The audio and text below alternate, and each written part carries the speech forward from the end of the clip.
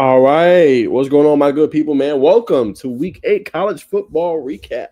Appreciate everybody tuning in, man. We got a jam-packed show. We're gonna be reacting to all that has happened in college football. Right now, Missouri is trying to survive down there on the plains in Auburn. Just missed the kick, man. So we can give you live updates and reaction to that. BYU looks like they're about to beat Utah, so we give you reactions on that as well. We'll talk about the earlier action as well, man. So we're excited to break this down, man. Hope you guys stay around.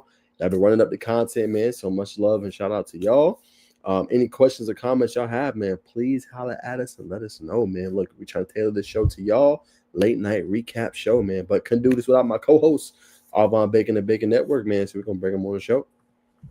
Hey man, I wish I had my cigar like them folks down there in Tuscaloosa, but I got my juice.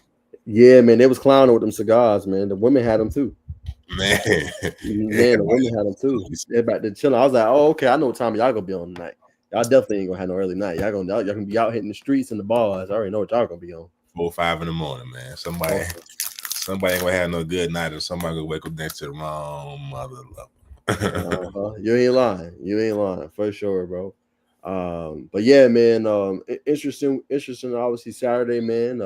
What was the biggest storyline or the biggest thing that caught your eye, man? Obviously, some major upsets.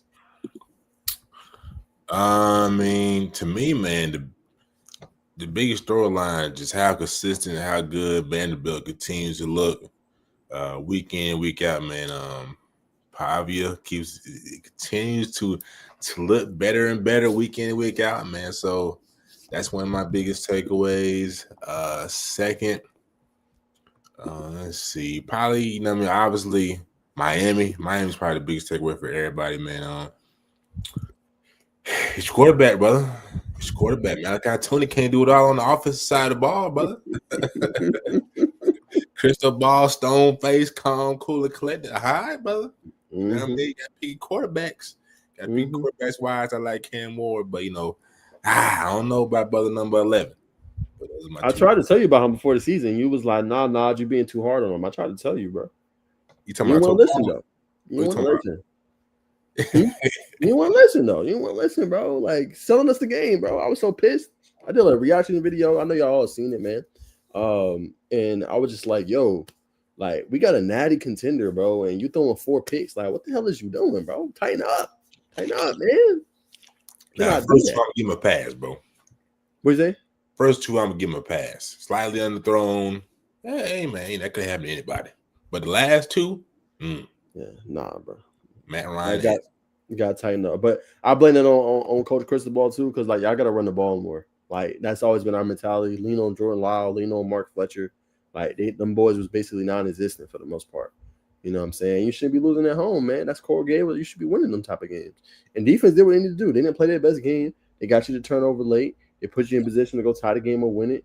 Got to be better, man. Got to be better. Now you need help. You need they go still talking about. What do you mean? They're gonna be in the playoffs? Nah, now you need help. I mean, they could still be in the playoffs. I'm talking about ACC championship game. Oh yeah, they need help, man. Good luck. They need help. You got Virginia at the top, and Tech handle their business. We'll talk about that later. You know what I'm saying? But yeah, now you need help to win that. And remember, you win the ACC championship, it's automatically big. That's gonna be a good game against as it looks right now against Virginia and Georgia Tech. That's gonna be a good one. 100% facts. But yeah, y'all, man, we're gonna go ahead and react, man, and go ahead and get started for the night, man. Oh, my biggest winners, man. I'm gonna go ahead and get a ball to Arizona State. I think they'll be ranked, especially after a big win they had over Texas Tech. Obviously, the difference in having a quarterback, right? Texas Tech playing with the backup, Will Hammond over playing with Brandon Morton. Obviously, last week Arizona State felt that not having Sam Leavitt when they played obviously against Utah. So not having your starter, man, makes a big difference, man. And they took full advantage, man. Jordan Tyson had a ball game. Couldn't be guarded. Absolutely cooked them boys defensively and picked up a big win, man. So shout out to Arizona State. I think they go back up into the AP poll, especially with all the losses that we had this past week, in a big win. So they get my game ball for sure. And I'm going to go Georgia Tech. I'm going to say Georgia Tech, not being biased, but I watched the full game. Georgia Tech gets my game ball because first half it was a struggle. We know how it is for them usually. They figure it out in the second half, but I felt like Georgia Tech defense did a lot in that game. You get the scoop and score and the fumble return from Omar Daniels, and now when they're trying to go up 7-0, that's a big momentum shift. and they didn't allow that offense to go off. Yes, they had a lot of yardage. Yes, Darian Mensah cooked for 373 yards, but Nice. the ability to be able to stop them in the red zone, at one point, they had 3 possessions and 1 field goal. That says a lot defensively. So the bend don't break attitude, it works because you can pick up all them yards, but if you can't convert inside this red zone and we not giving up them explosive touchdowns down the field, hey, we making you play and beat us inside this part. And it shows why they have a top 32 defense in the red zone. When you break down Georgia Tech and you see what they're doing, it makes a lot of sense. And I think their numbers will be even more improved today after what they did against Duke. And Darren Miller can ball, but what he did in the second half, shout out to Coach Gideon. They brought some heat on him, some pressure. They made it tough for him, sped him up, gave him some different looks, and that was the difference maker to me, man. And shout out to Daquan White. We got picked on early when Kobe went out, but made some good plays down the lane.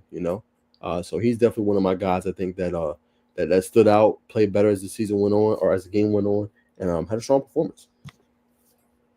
Absolutely, man. I was getting ready to say the same thing. My boy DQ got picked on a little bit, but he came in there and showed why he's one of the. I'm not sure if it's still, but once upon a time was one of the highest graded DBs on the team. Also, got to give a side game ball to Malachi, not Malachi Hosley. Him, y'all not number 0. Yeah, that's it. Malachi Hosley, you said it right. Yeah, I'm right. Running back. Malachi Hosley, you know what I mean? I believe if he had enough carries, he would be in the lead for yards per carry per attempt, but because he doesn't have enough carries, he can't qualify. But I think that speaks volume to the type of running back he is. Obviously, being last year's Ivy League Player of the Year, but that's still my question mark for Georgia Tech, man. When are we going to run our running backs, man? You know what I'm saying, Haynes King on running the ball. Well, just the whole offense, period. I don't think anybody had over 50 yards receiving. Haynes King is still just a dominant producer of the offense. Right now it's continuing to work, but against teams like Virginia that are a little more balanced, I'm still leaning towards Tech, but I just want to see the offense, you know what I'm saying, have more of a steady hum, man, outside of one guy. I agree. Yeah, I don't know what it is. I think, but you know what I think it is, brother. They're not airing the ball out enough. That's not to say get away from the run. But they're running their typical offense, and teams have watched them a lot on tape. Like you look at these past couple games they've had on the road. Okay, Wake Forest had 16 days to prepare for you.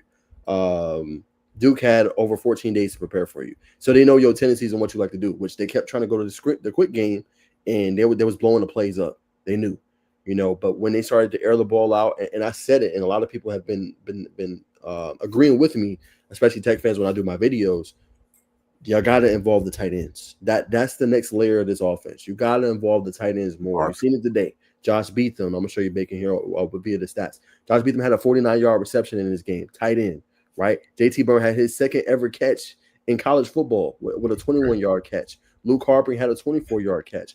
Again, it doesn't look great on the stat sheet. And we're like, oh, it was one catch. Why are you bringing it up? But I think as your team struggles in the first half, and teams are, and the difference is, you talk about the run game with Hosey, they're keen on the run. They're not trying to let the Tech go off because they know if they do, they're going to be tough to slow down.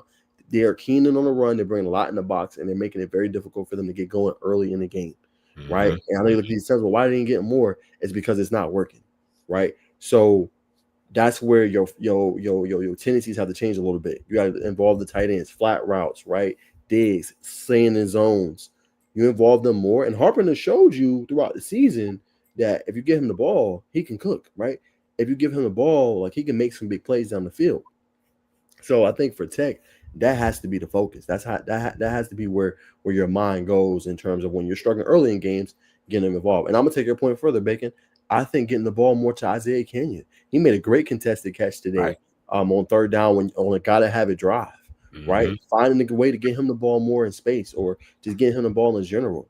He's a stud, and you're seeing glimpses, and I think we can see more of it if he becomes more of a focal point in the offense, especially when you struggle on the ground and stuff like that. And by the way, as a second note, that was a catch. That was a touchdown catch. I don't care what nobody say. Even the guy later word agreed. He took literally, college football is one step. Bro took 2 steps, literally. He went, caught it, 1, 2, turned. That's it. He drug him to the ground and ripped it free. That's a catch. Needs to be more clarity on that. Just want to throw that out there. But I agree with you, Bacon. They definitely got to figure that part out because, like you said, defenses play well, and I know they give up a lot of yards today, but they did really go on the ground, Bacon. Only 68 yards total rushing. They give up 166 yards per game. You know what I'm saying? So an area they really struggle with, but they only held them to 68. So I'm seeing improvement from the defense. You know what I'm saying? Continued improvement. I'm seeing them keeping them in games. Jordan Vandenberg, come on, Bacon. They went on a 9. They went on a what was that? I think a 10 plus play drive, not over 9 minutes. And I was like, dang, bro, they finna go up in this game. And they made them force a field goal. Jordan Vandenberg had 3 consecutive plays. You know what I'm saying? So the defense makes the plays. But my question is, when is the offense? Because it's gonna be games you had that. Offense gonna have to carry the load sometimes. You know what I'm saying? Offense gonna have to carry the load. Man, I'm willing to go as far. I'm willing to go as far as to say, man, I think that Coach Key and Coach Faulkner and the whole staff. I mean, to prove my point, they wait on to bring out that wild card, that ace of spade, boom, and follow in the game, and that's gonna change the whole dynamic. I'm waiting on it, but because you're top 12, man. You may finish the season top 8, who knows? And when you're watching not Auburn, watching Alabama who just beat Tennessee, you watch Tennessee, you know what I mean? You watch Oregon. In order to beat these top caliber teams, you gotta score. You gotta put up points, man. And I know the defense, as to your sentiment, has been performing well, but you gotta pose more of a threat because you know what I mean.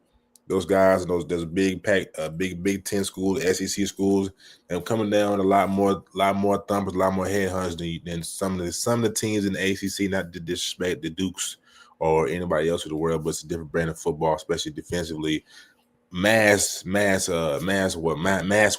in the SEC. So we don't want to see Haynes King, you know what I'm saying, get beat to smithereens, even though we'll know he'll get back up 11 or get back up 12, go down 13 and get back up 14.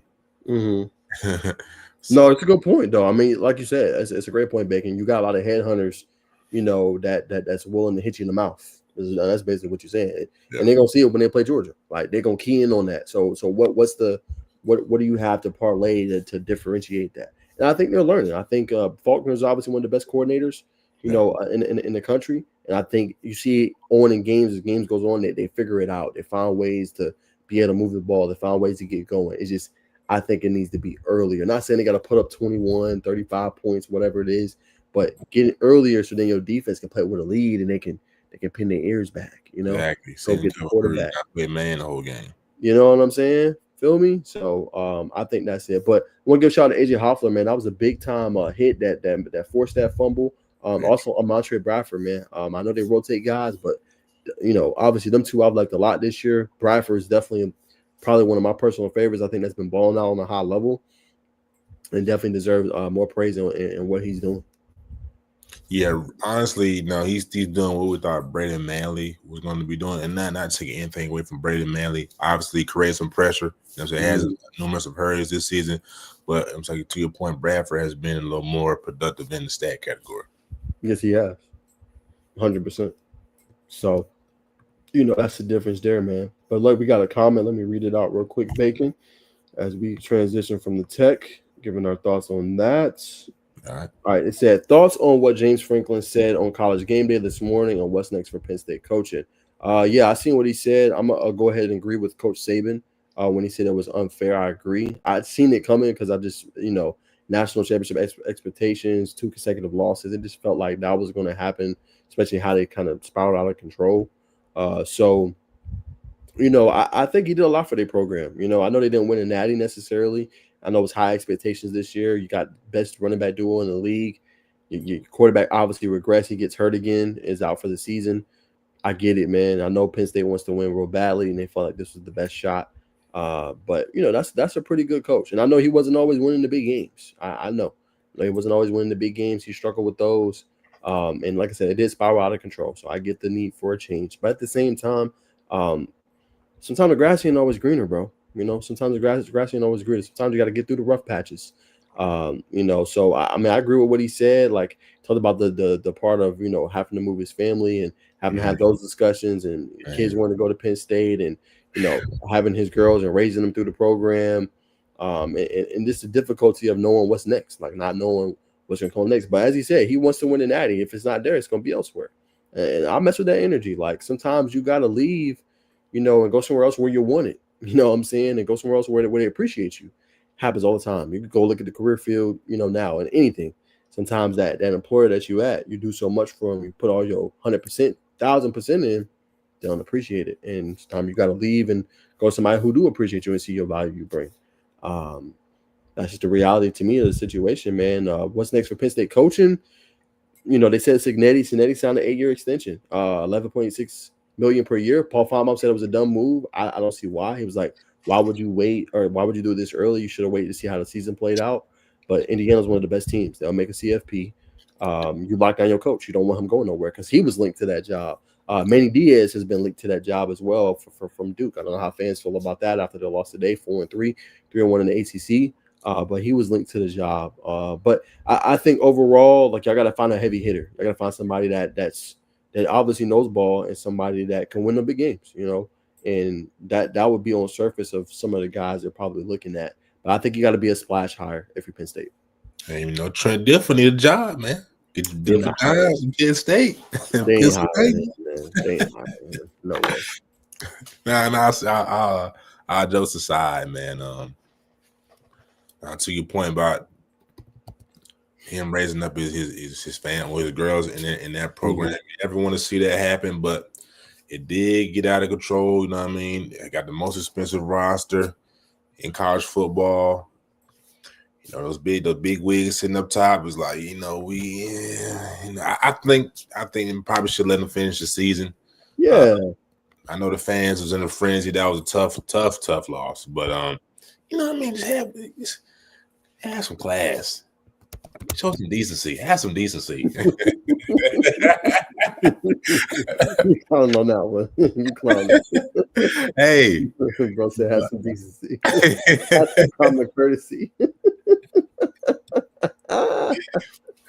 So I hate to see it happen, man, but I wish him the best. I hope he finds those national title aspirations somewhere else. But I will say this, man. You can tell the brothers are real, man. Had his wife go first before he went through the tunnel. Because if he didn't, boy, that would have went south very quick. It might have been an altercation. So the brother's obviously a cerebral. He's got a cerebral mind.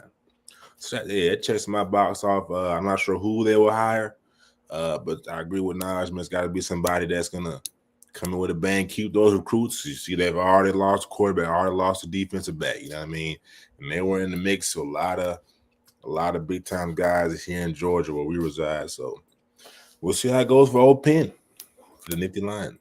For sure, man. Y'all boys lost, man. Man, he had just missed the field goal when we got on the live, man. Okay, hold on. Let me look, bro. How the hell did y'all lose, bro? Shout out Jay Crawford. That was a big interception. I don't understand Auburn, bro, because, like, y'all defense is good enough, like, to be good, but it's like. They got Matt Ryan back there, though. He can't win with no quarterback. I would say he's worse than Matt Ryan, bro. Oh, Lord. Yeah, he probably, yeah. He probably is worse than Matt Ryan.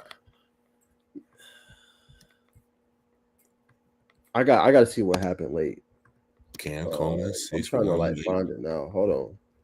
Because when we got on, I literally was watching. It was 17-17. I was like, okay, the defense, they got to stop. They made them force. I got to see what happened in the second overtime. Hold on.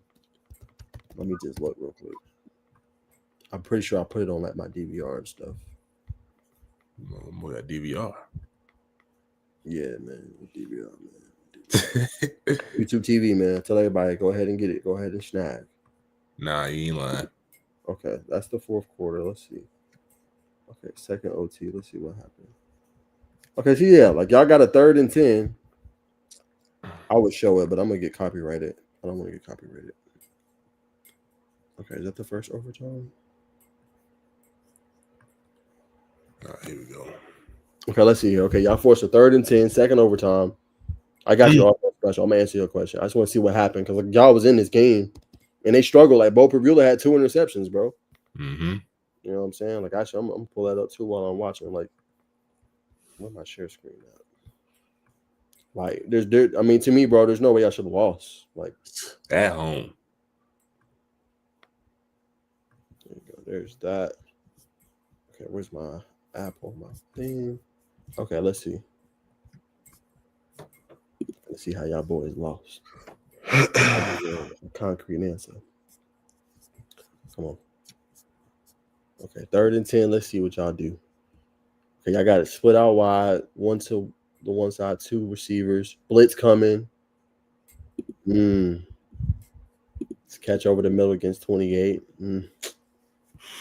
Okay. Nobody you can really do there. Hot route, obviously. Lean on the Ma Hardy. Bobby James Travis goes down.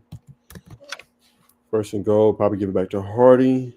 Like, look, y'all boys rallying to the ball, man. Like, great defense. Yeah, that's what I said. Defense is good enough to be at the top of the SEC to me. Facts. Okay. Beau Pribula, QB power, he scores. Okay, cool. All right, now y'all get the ball. Let's see what the offense did. Offense be trash, bro. Y'all got all the weapons in the world, bro. Let's see, they brought a blitz here. Excuse me. Okay, catch over the middle. That's the end of y'all game, man. Okay, 3rd and 6. Yeah, like that's dumb, bro. That's dumb. Yeah, play calling. Why are y'all running the ball on 36 with Jeremiah Cobb? That's stupid. Yeah, that's just dumb. 0-3 in the conference. 0-4. 0-4. Okay, let's see what y'all call on 4th and 8. I like Gus, though. We need to keep Gus. Let Gus go, it is gone.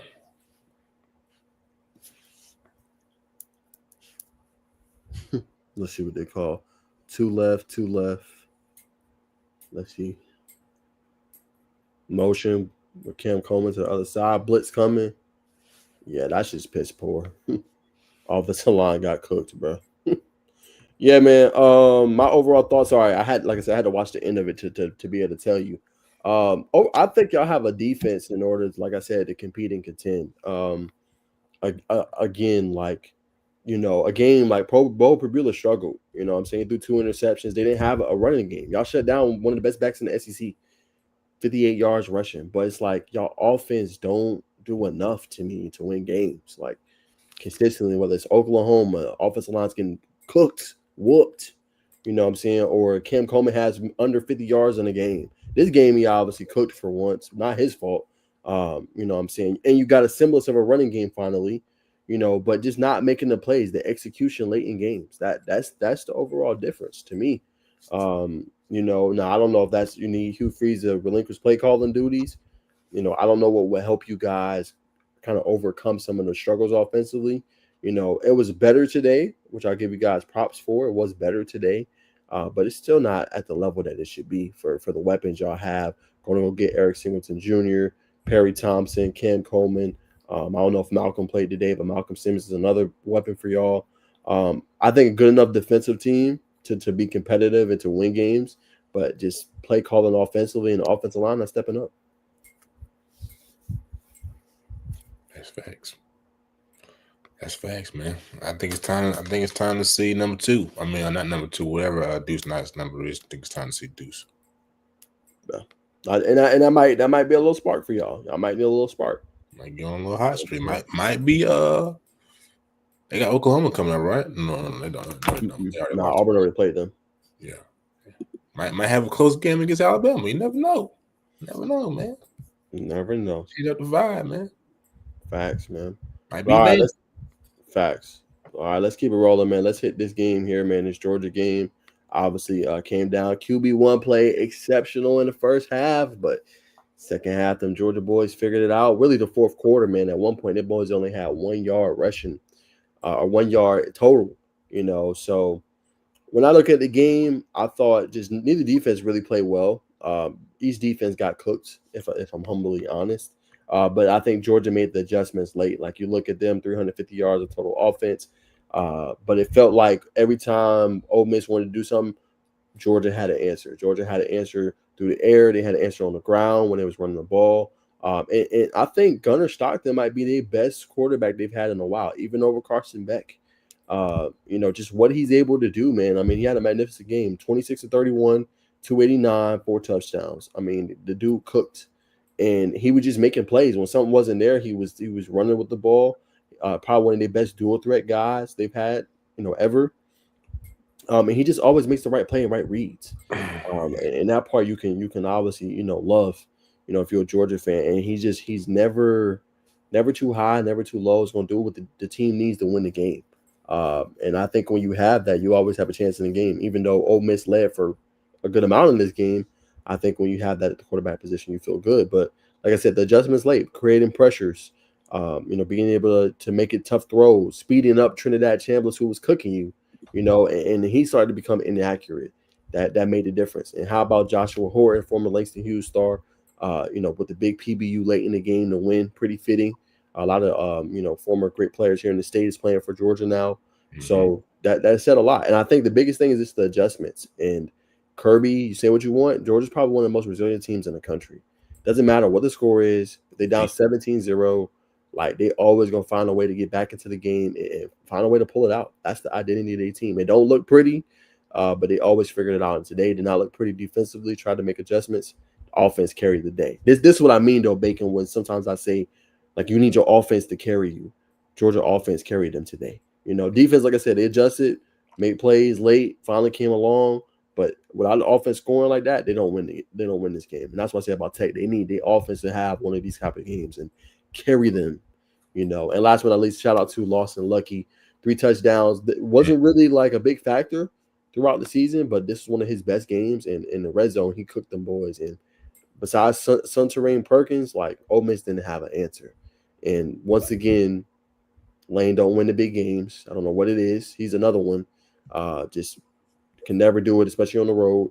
And no semblance of a running game. Your best rusher again is Trinidad Chambliss, and he's a great dual threat. But you need more outside of him, and you weren't creating any really pressure on Garner Stockton, who went back there and cooked you.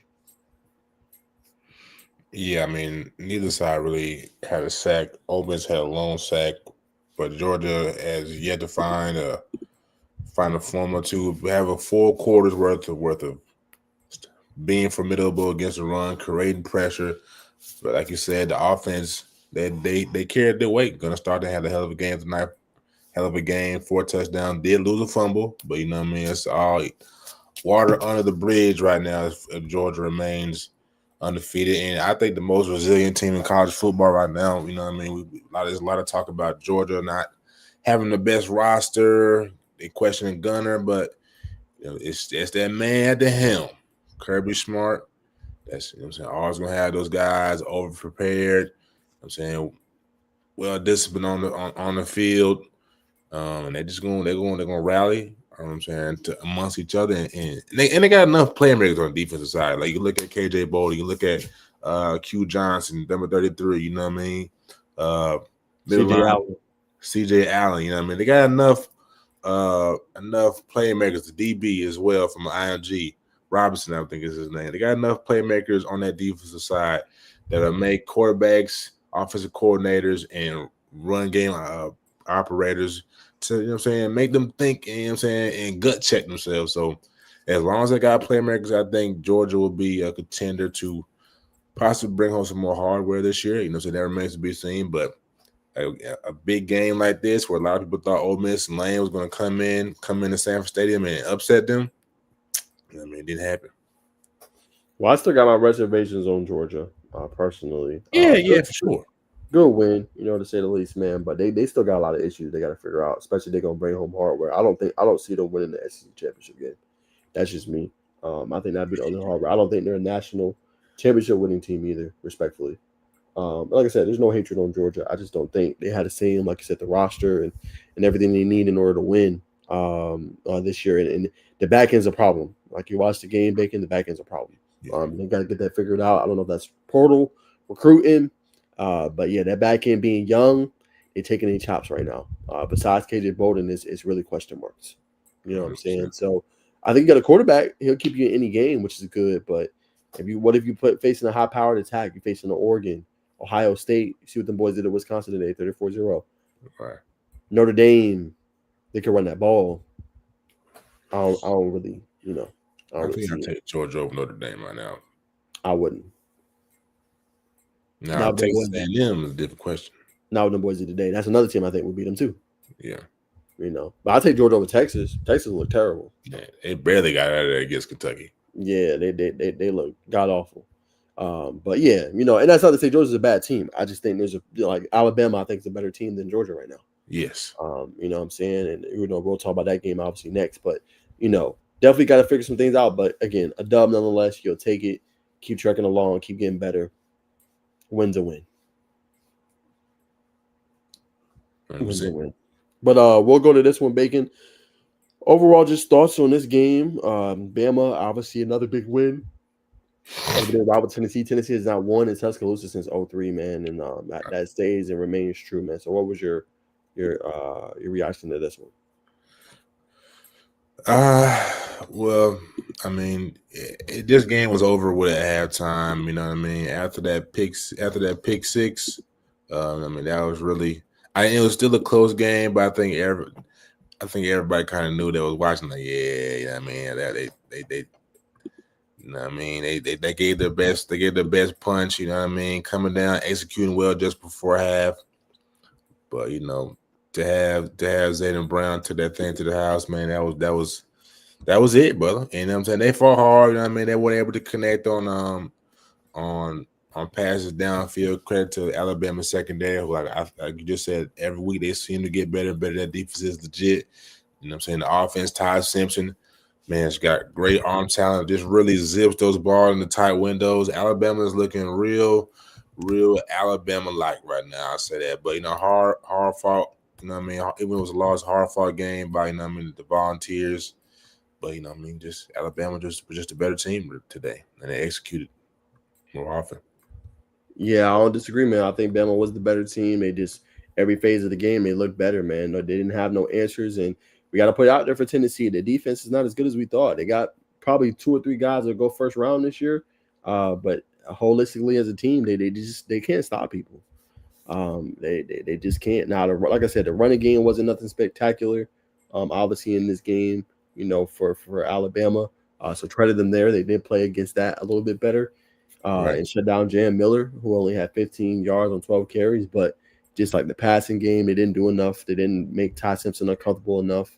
And they got to do more. They got to do more. They got too much talent, to be Swiss cheese like that.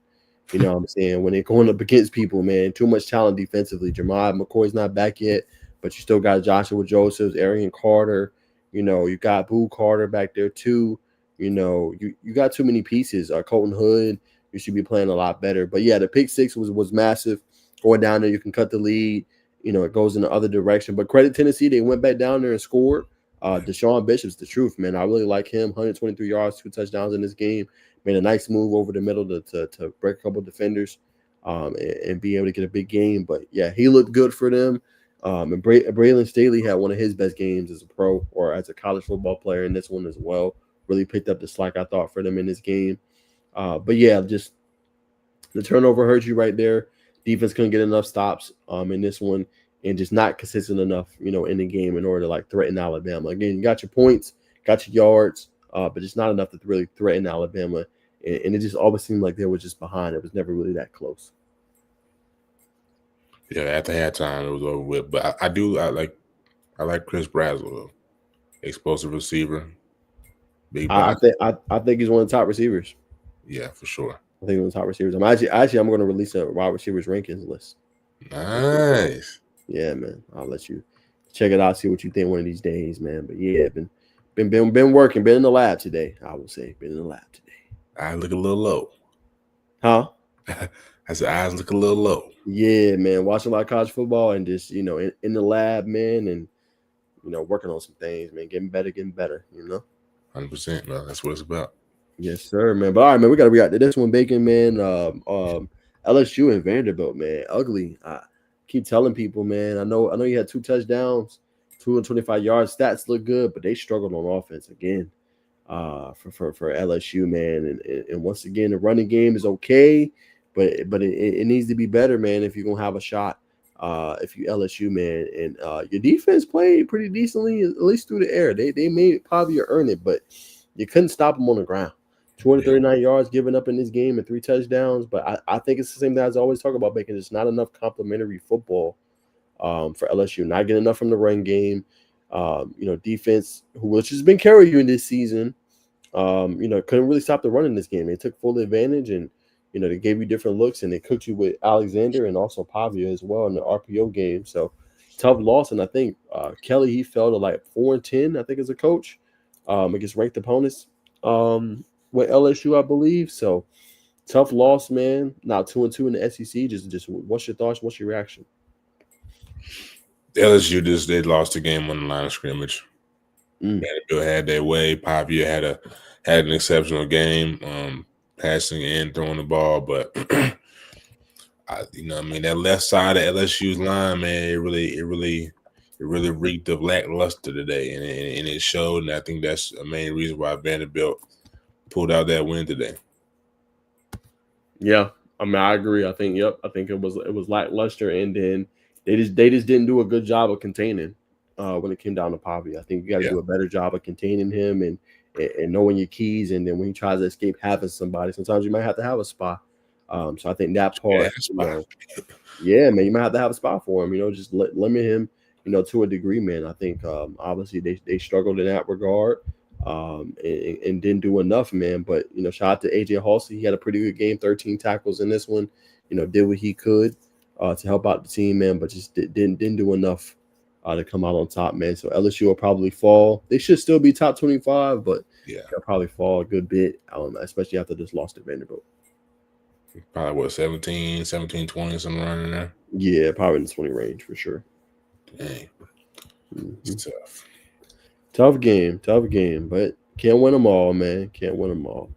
All right, man, we'll keep rolling. All right, LSU game we talked about. Let's see, we talked about the Georgia one.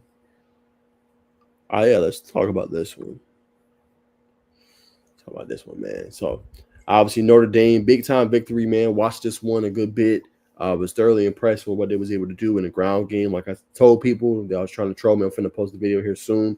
But I told y'all, man, about Jeremiah Love, man. They was like, oh, well, how are they going to stop, Mekhi Lemon and Jacoby Lane? And I get it. They had the yards and did what they needed to do.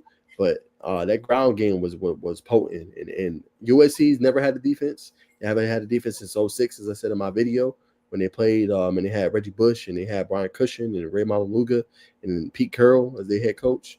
They didn't really have that. But they had no answers. And when you have the dynamic duo of him and Jadarian Price, they're trying to slow it down because they only had 136 yards passing in this game. So I thought it was a full complimentary game for Notre Dame. They also got a kickoff return for a touchdown by Jadarian Price. Defense made plays, had 2 turnovers in this one. And even though he threw for 320 yards, look at the completion percentage. Barely over 50%.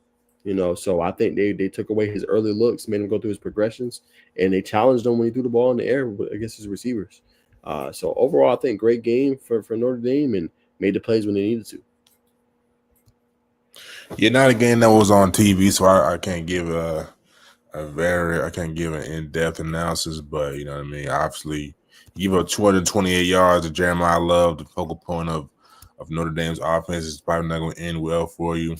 I like Jaden Maivia, 2 interceptions, 2 touchdowns, neutralize your offensive production, you know what I mean? So if you want to beat a team like Notre Dame, or a top flight team, you can't turn the ball over. Yes, they forced one for CJ Carr, but you just can't give up 306 yards on the ground, man. They was able to, at that point, they were able to control the clock. They were able to control the pace, and being an explosive up and down offense as they are under Lincoln Riley, you want to be able to make this game fast paced, and obviously Notre Dame was able to control the clock. So I think that's the telltale story right there of why they lost this game. 100%. It plays a key factor, man. And yeah, like you said, when you can't stop the run, the team can bleed it, and then they can get whatever they want through the passing game too. And I think for USC, you also struggled on the ground. King Miller didn't have his best game. We know he's been really good for you this year. Only 70 yards on 18 carries, right? 68 yards total as a team. Definitely need more of that. Now, the question I answered in my video is USC done. Now, you got games coming up. Nebraska losing this weekend was not good for you. They got whooped on the road on Friday to Minnesota. So that does not help you at all, obviously. But, you got to play them coming up. You also got Oregon on the road. So you're going to have to pick up probably one of those 2 wins if you want a potential chance to get in the CFP.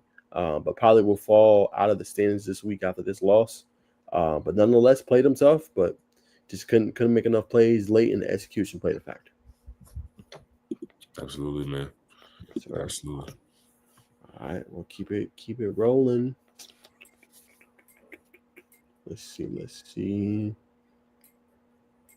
Talk about the Auburn game. Wow, Virginia barely beat Washington State. Yeah. Ooh, I yikes. wish I would have watched that one close. I really wanted to see how that quarterback for Washington State played. They had to lead for the majority of this game. So that was interesting too. But you know what I mean? Washington State's quarterback threw. I think he threw a pick. He threw a pick six, or he threw a crucial pick. And it was already had their back up against the wall. They were on like the 5-yard line after three consecutive offensive line blunders by the same. I think it was a right guard, and I think that was the spiral down for Washington State. Obviously, being at home for Virginia, the crowd kind of took over and gave them a lot more momentum. And you know what I'm saying, I don't think they ever recovered. There you have it, man. There you have it. Obviously played them tough, didn't make enough plays down the stretch, turnovers, and Virginia survives at home. Very interesting. I thought they would be able to, handle their business against Washington State, but apparently Washington State is a tough bacon. They're gonna make it very, very difficult for you, man. So interesting game to say the least, man. Let's hit this one. Texas Tech, Arizona State, man. The difference, as I talked about in my video, I believe I did. But when you have your quarterback, man, when you have a quarterback that comes back and is able to, but big win for them. I think Arizona State will be ranked. Obviously, only one loss outside of the Big 12. So they shouldn't be punished. That far. They definitely should. Be back in the rankings. I humbly think. And a team that looked really good offensively. Like I said, Sam Leavitt did his thing, and Jordan Tyson cooked. 105 yards and a touchdown in this game. They didn't really have a lot of answers, and you could just tell that Texas Tech was missing their quarterback, Brandon Morton, who does a lot for him. Didn't look as energized as they usually are. Defense tried to keep him in the game as they struggled. Only had 7 points at one point, but just too much Arizona State in the offense. They even took the lead at one point and stormed back. But credit Arizona State for making the plays late in the game to go up and win. Obviously, Raleek Brown was one of those playmakers for him. And Jaron Hamilton was another one as well. But yeah, big win at home for them. Definitely helps them out in the Big 12. It brings Texas Tech back, who was off to a 3-0 start, obviously in conference play. So that was obviously massive for them. And just being able to air the ball out, man, I think was key. Yeah, Sam Leavitt. Anytime you can come back after missing 6 weeks and have a game like that, 2 receivers, north of 100 yards, multiple touchdowns. That's a guy that plays on Sunday, man. That's impressive. So hats off to Sam. Arizona State. It'll be interesting to see where if they do rank them inside the top 25. We're probably going to put them at 25, assuming if they do get back in there. But it'll be interesting to see where they put them at and where they continue to progress. This is, you know what I'm saying, Texas taking on slouch. That's the number one team in the Big 12 right now. A lot of money in that team, oil money, as we talked about on the show multiple times. So, so it'll be interesting to see, you know what I'm saying, how they respond. This has been the first time they've been hit in the mouth, and it'll be interesting to see how far Sam Leavitt can take this team that still has aspirations of, you know what I'm saying, being in the big bowl game come the end of the year, or come the new year, right? Yep. Yeah. So. Nah, 100%. Yeah. How do you respond afterwards? It's going to be massive. And to your point, All-Star Special, yeah, 5 top 25 teams lost this weekend. And I know going in, a lot of people say this is probably one of the best weekends of college football with all the ranked matchups, right? Georgia, Ole Miss, Tennessee, Bama, Texas Tech, Arizona State, even though Arizona State was not ranked, BYU, Utah, a game we'll talk about here in just a second. It's a lot of ranked matchups. So, you get to see kind of how they separate. So, yeah, I mean, it's big. And like I said, when the poll come out tomorrow, it's going to be a lot of movement. And I heard, ESPN, correct me if I'm wrong, but I heard that I think the official poll comes out this week as well for the CFP playoff, which people will start paying attention more so to that one moving forward on Tuesday nights. From what I heard, that's what ESPN people said. I'll verify and make sure, but I do remember hearing that when I was watching one of their halftime shows today. So we'll see, obviously, how they rank it, but I'll still do my usual Sunday video. It always does pretty well, my AP Top 25 and reaction. But yeah, it'd be interesting to see how they rank it and move things around for them, to say the least, man. But yeah, massive weekend, a lot of losses. And speaking of, we'll go ahead and talk about the next one, Bacon. In the Big 12, BYU, man, Bachmeier, another big win for them. Playing well, created a lot of turnovers in this one. I was impressed with that. Was running the ball, really well too. LJ Martin is probably one of the most underrated running backs, I think in the country. He's been doing it along with Bear Buckmeyer for a little minute. It's crazy because he wears number 47 as a quarterback, Bacon. I don't know if you knew that. Like that. But it's an interesting number, to say the least, man. But yeah, I think it's the ground game for me that ended up winning this for them. Obviously, both ran really good on the ground. Utah 226 compared to 202. But I think that interception late in the game really made the difference for Utah.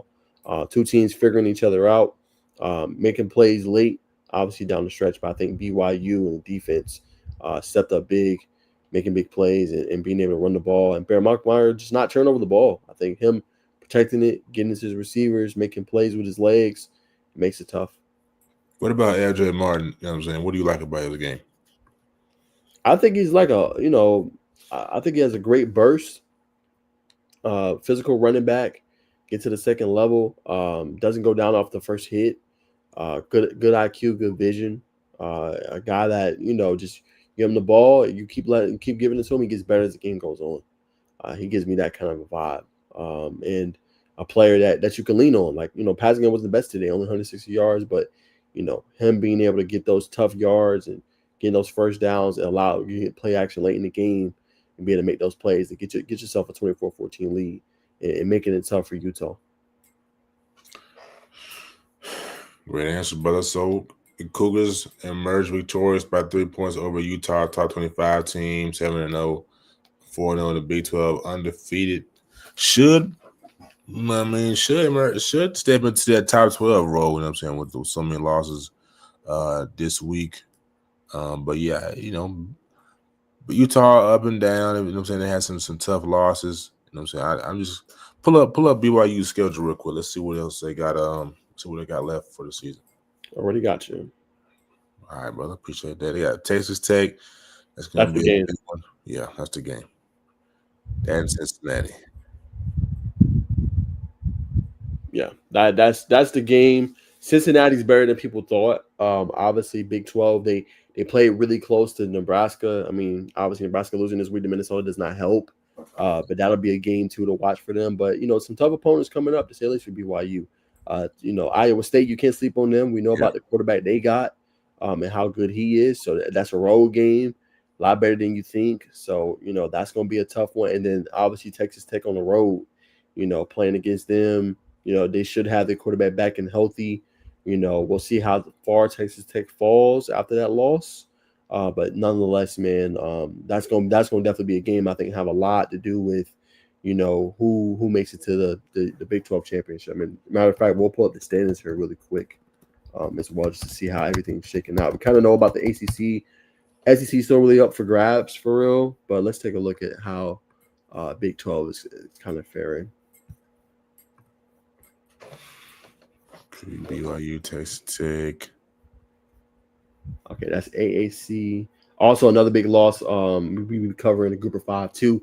Memphis losing today. I think AJ Hill played today too, Bacon. I don't know if you knew that. As a side note, they lost to UAB with no Trent Dilfer. So that says a lot. But AJ Hill played today, touchdown, interception. It ended up losing 31-24 on the road. And again, a team that has aspirations to get to, the college football playoff, and obviously the group of 5. But they got their work cut out. But that makes a big weekend next week when it hosts South Florida. Now, I don't know. Memphis might not be ranked when it comes down to that matchup, but they can definitely get themselves back into that conversation in terms of, getting into, I think, a CFP. I think Navy might be undefeated too. Yeah. So, I think Navy is doing good this year too. So that Navy matchup will also be massive for them towards the end of the regular season. Just wanted to pull that up to show you because I know that AAC is getting interested, and there'll definitely be a team out of that conference that makes the CFP. Who are we going to? Big 12. All right, that's the standings. Interesting. Mm-hmm. Interesting. So Arizona State just became a lot more exciting. Mm-hmm. Utah, I gotta see. They're 5-2, 2-2 in the conference, so they don't have as much breathing room as BYU, Texas State, Cincinnati, and Arizona State. You can throw Houston in there as well. But I think it's gonna be out of Arizona State, Texas Tech, BYU, Cincinnati. Yeah, I think it'll be out of those teams too. I wouldn't sleep on Kansas. Sleepwalking, and Jalen Daniels is, I think, a 6 or 7 year senior, I believe, or it might be in the 6th or 7th season. So that's a tough out. Iowa State's another team you can't sleep on. We know with their quarterback, we've seen what they've been able to do this year as well. Also, I know Kansas State's not having a good year, but you still got Avery Johnson. 2-2 in conference play, 3-4 overall. Another team that these are just games I'm pointing out that you go in there and you overlook them with the quarterback play that they have. They'll mess around and cook you and you get upset. But I agree with you. I think the top of the top is BYU, Texas Tech, Cincinnati, and obviously Utah, or obviously Arizona State. So Arizona State definitely got a chance. Only one loss outside of conference, one loss in the conference. So everything's ahead of them. As long as they got Sam Leavitt, Jordan Tyson, they should be able to play in any game. And Temp, Arizona is obviously a tough place to play. As we've seen today for Texas Tech. So be interesting to see, man. A lot of good teams. We'll see how many teams they can get into the college football playoff. I think they only had one last year, but this year looks like they at least got a bona fide 2, maybe 3. Yeah, 100%. Cincinnati. We'll see how the committee ranks it. Yeah, 100%. Mm-hmm. That is that. All right, Beck. I think we got one more to break down, and then we'll get into our top performers and get up out of here. All right. All right, let me see. Talked about a good bit of them. All right, I got to get your thoughts on this one. Your Gamecocks, man. I know a team you've covered a lot. I don't know if you cover them as much as you used to, but a team I know you've covered a lot in the past. A team you felt, obviously really, really good about, man. They might fire the offensive coordinator, Mike Shula. 224, I think, total yards. I think it's the lowest they've had in quite some time. Dang, I pulled up the wrong one. Share that tab. Sorry, y'all. But what's just your thoughts, man? I'm definitely disappointed. Again, one of them seasons that they were supposed to take the next step forward. We kept hearing how great Lenore Sellers is. I'm not saying he's not great. I think he's doing a good job of not turning over the football. But this offense is stagnant. It doesn't feel like the offensive line is as good as it needs to be. And they're struggling in SEC play, to say the least, man. And just not doing enough, to win the games. And I think not enough weapons, offensively. And this is supposed to be a year Nick Harbor take that step forward. He's been okay, but we're not really seeing it. And I know they got a lot of young receivers. We see the same thing with Tennessee. I feel like Tennessee's a lot better in terms of their young talent, in terms of seeing it produce on the field, but offense just has not been good this year for South Carolina. What do you think is the biggest issue there, though? Weapons on the outside, man. Like you just said, Nick Harbor was supposed to be Nick was supposed to be big for them last year. I know he missed some time with injuries, but just to me, Nick might as well go ahead and take the track thing serious and try to compete at 100, 200, brother, 4x1 relay. So you know what I'm saying? We're not seeing enough production from your offense as a projected number one for the Gamecocks. You know what I mean? In terms of Shula, you know what I mean? Only been here 1 year. You know what I mean? I understand people are upset, but I think it's the weapons. You know what I mean? Maybe we need to give Shula a little more time as the receivers age. And you know what I'm saying? But I know, Sellers is about to leave. But you do have Landon Duckworth come behind him. So there is hope, Gamecocks fan. You just got to be patient, man. I know nobody wants to hear that. You know what I mean? Coach Beamer's been in Columbia for some time now. We want to see the progressions, and you know what I'm saying, we've seen the progressions. Last year was a good year. Got cheated. Honestly, was supposed to make the playoffs, but that's neither here nor there. This is a present time. 26-7 loss to the Sooners is not a good look, but just gotta continue to remain patient, man. That's the honest truth. Unless you're gonna fire Coach Beamer, which I think that'd be a boneheaded move by the you know what I'm saying, by the brass at South Carolina. But just the receivers, man. Yeah, I think it's that situation. They're just young. I don't think they're ready just yet. So, You know, like you say, you're gonna have to make a decision. Like portal, probably gonna have to hit that in terms of getting more Yeah, talent in there. And obviously, you know what you're recruiting. But they've recruited some high end guys. But I think sometimes it takes them a year or some change in order to get comfortable and be able to be heavy contributors. Obviously, Michael Smith, I think, hit the portal. Bacon, I don't know if you remember him from Calvary Day for South Carolina, but he was supposed to be a big weapon for them at the tight end spot this year. He hit the portal. So it's very interesting to say the least. Bacon, they got a lot to figure out, a lot to do. But a team that's struggling, and like you said, last year happened, but New Year, you was supposed to at least be competitive, in the SEC. right. It was supposed to be a team that was up the top. But once again, you're kind of in that middle of the pack, and now you have a 1-4 record. You're right in there with Auburn, who's 0-4 in SEC play. So tough to say the least, and a team that was struggling in Oklahoma, right? John Mateer did not have his best game against Texas, 3 interceptions, and they still was able to come in there and win. Now, again, they didn't allow him to go off, which is good, only 150 yards passing, but they was able to do enough in the run, and be able to kind of, stifle you that way, man. So, all that makes a difference, man. And once again, obviously, just expect to be better. Expect to be better for them. But like I said, got to be patient. But it's like you got, as a lot of people are saying, making a generational talent. You got a generational talent and a projected, like I said, first round draft pick. In Illinois? No, Lenore Sellers. So it's like you're not supposed to be 3-4. With that at the helm, you're supposed to at least be, a couple losses, sure, 2 losses, but you're supposed to be in that thick of that conversation. You're not even there. You don't even got a seat at the dinner table. Nah, they don't. Yeah. Nah, they don't have a seat. They don't have a seat, man. But you know what I mean? You gotta have, and when you have a young receiver, you gotta have that one receiver that's all right, guys, this is the standard. He hadn't set that standard. And the running game outside of Lenore Sellers has been suspect too. Offensive line, it's been a little shaky as well. They haven't given Lenore's time to really get settled back there. But still bullets long term on the mid and long term on the Gamecocks. Like I said, Landon Duckworth is to me is more talented than Lenore Sellers. Lenore is to me a Jalen Hurts, a bigger Jalen Hurts. But Landon Duckworth is going to be electric, man. So Gamecocks fan, just you know what I'm saying, to sit back, you know what I mean, go outside, stare at the palm trees, you know what I mean, go by the river, and everything will be okay. No, facts. But yeah, that's gonna do it for our game breakdowns, man. Hope y'all enjoyed that segment, that component, giving our thoughts about all the big games that happened, obviously, this past week. Bacon, as we wrap up, I'll go ahead and throw it to you. Just any top performers you had from this week. Pavia for sure. I'm gonna throw Malachi Hosley in there. Just yards, yards per carry average, and this, the big runs. This the time we spend. The brother's got great instincts, so I'll go Malachi Hosley, and I'll go Jordan Vandenberg double up on the Jackets for his second half performance down the stretch.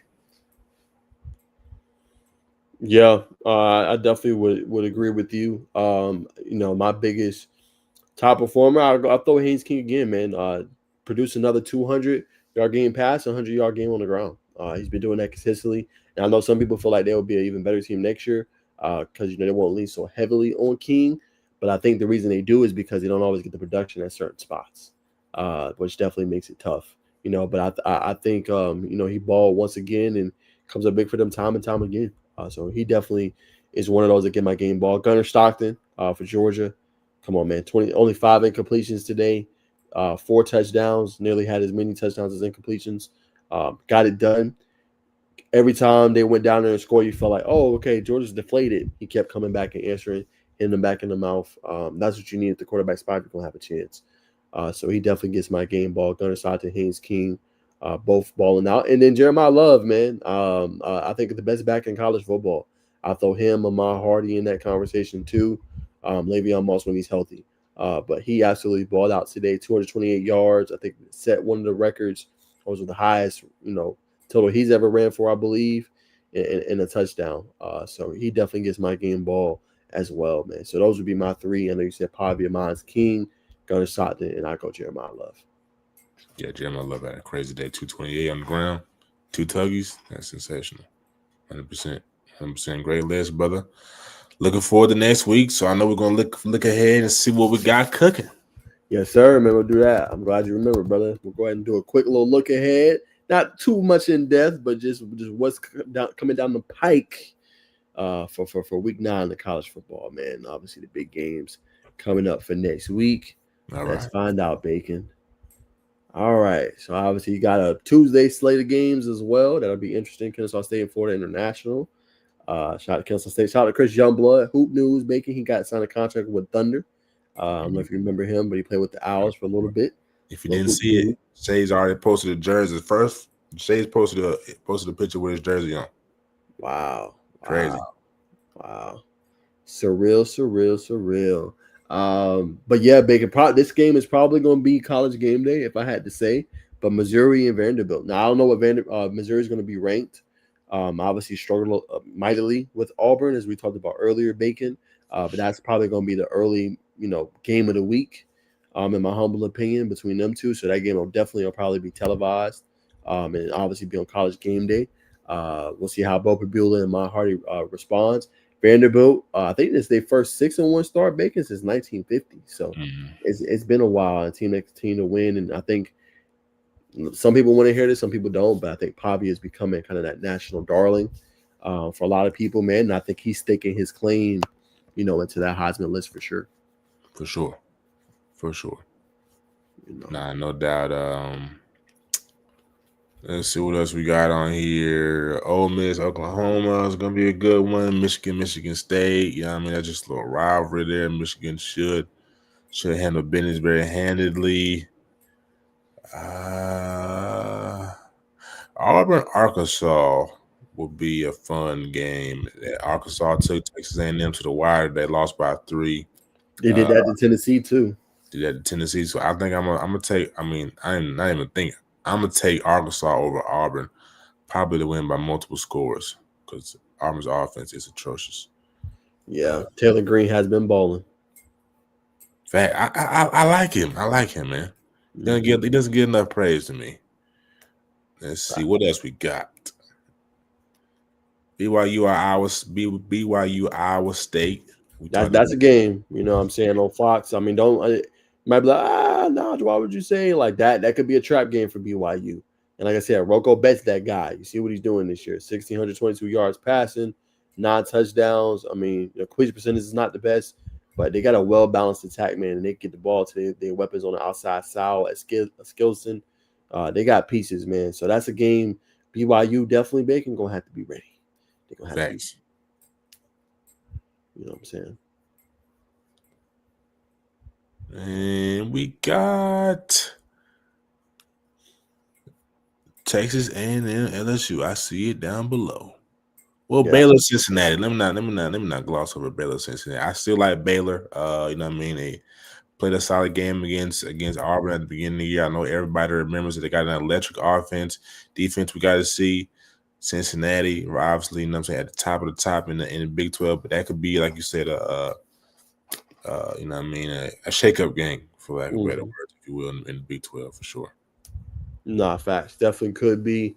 I'm with you, though. Cincinnati, Baylor should be interesting. Cincinnati should handle business. They at home. Bounce back game for Texas Tech against Oklahoma State was probably one of the worst teams in the conference. Let go of Mike Gundy earlier in the year. But yeah, that Texas A&M LSU game, that's the game. For sure. LSU, I don't know where they'll be ranked. They should still be ranked, but maybe on top 20. And you got to think about it. For LSU, your second SEC loss. What better to bring Texas A&M back down to the pack than getting a win at home against them? Easier said than done. Electric offense. Your defense has to be better, especially, and you got a guy that can throw the ball with some of the best of them, Marcel Reed. You got a Mario Craver and a Kevin Concepcion. That's going to be a game to see who's able to win that one. I definitely will be watching that one late, and see who comes out on top, man. But that's definitely going to be a big game in the SEC. I think A&M. I think they win this one handily. Facts. So those is the big ones. Let me see. I think it was one. I kind of got this one circled too. It's on ABC, but the Auburn, Alabama, South Carolina, just game you won't think about it too much, Bacon. Just South Carolina, I feel like it's going to be a change coming, and that might spring them free a little bit offensively. Like that's kind of a game. Like Bama have to go in prepared. They might be like, they 3-4, 1-4, and that could be like a Lenore Sellers game. Like what I'm saying, 250 yards passing, 125 yards on the ground. Like so, I'm not saying they're gonna lose or get upset, but that's a game they better make sure they're ready because I feel like South Carolina will be playing with more passion. Yeah. And that could be a tough one on the road. 100%. They always play. Like, that's one thing you count on Coach Beamer do is have those guys, like, big games like that, they're going to be ready. Like, you flash back a couple years ago, they had Spencer Rattler. They went to Georgia, had him on the ropes early. Offense stalled out in the second half. I think they started out just before the second half on that, just before the end of the first half on the drive. So, I agree with you. That's definitely going to be a game to look out for. Second half, it'll probably dwindle out, depending on how it goes. But that first half, hopefully, it'll be entertaining for the Gamecocks fans. For sure. And last but not least, last one I want to talk about USF in Memphis will be a big game. We talked about that a little bit ago. Them two teams obviously going neck and neck and going at it. Memphis did lose to UAB this week, so they might not be ranked. But big game, definitely between both teams as they compete in the AAC athletic conference to see who obviously wins that one to kind of keep your hopes alive of a CFP playoff. It's going to be massive, man. So big game for both of those teams. See if Memphis can hand South Florida a loss. The second loss of the year. They lost to obviously Miami pretty bad, but they'll have a loss in conference play just yet. So that'll be one. And then UCLA, Indiana, Bacon. UCLA has won 3 of the last 4. I'm saying 3-4 now. A team that's winning at a high level. They knocked off Maryland, who has probably one of the best freshman quarterbacks in the country, Malik Washington. On a game-winning field goal. Indiana's obviously one of the best teams in the Big Ten. So that's interesting. Not saying they're going to go in there in Hoosier Lane and win, but with how UCLA has been playing offensively lately, that makes the game more interesting. Yeah. I mean, Maryland hasn't necessarily been anything in the Big Ten. It's been Indiana, all Indiana this year in the Big Ten.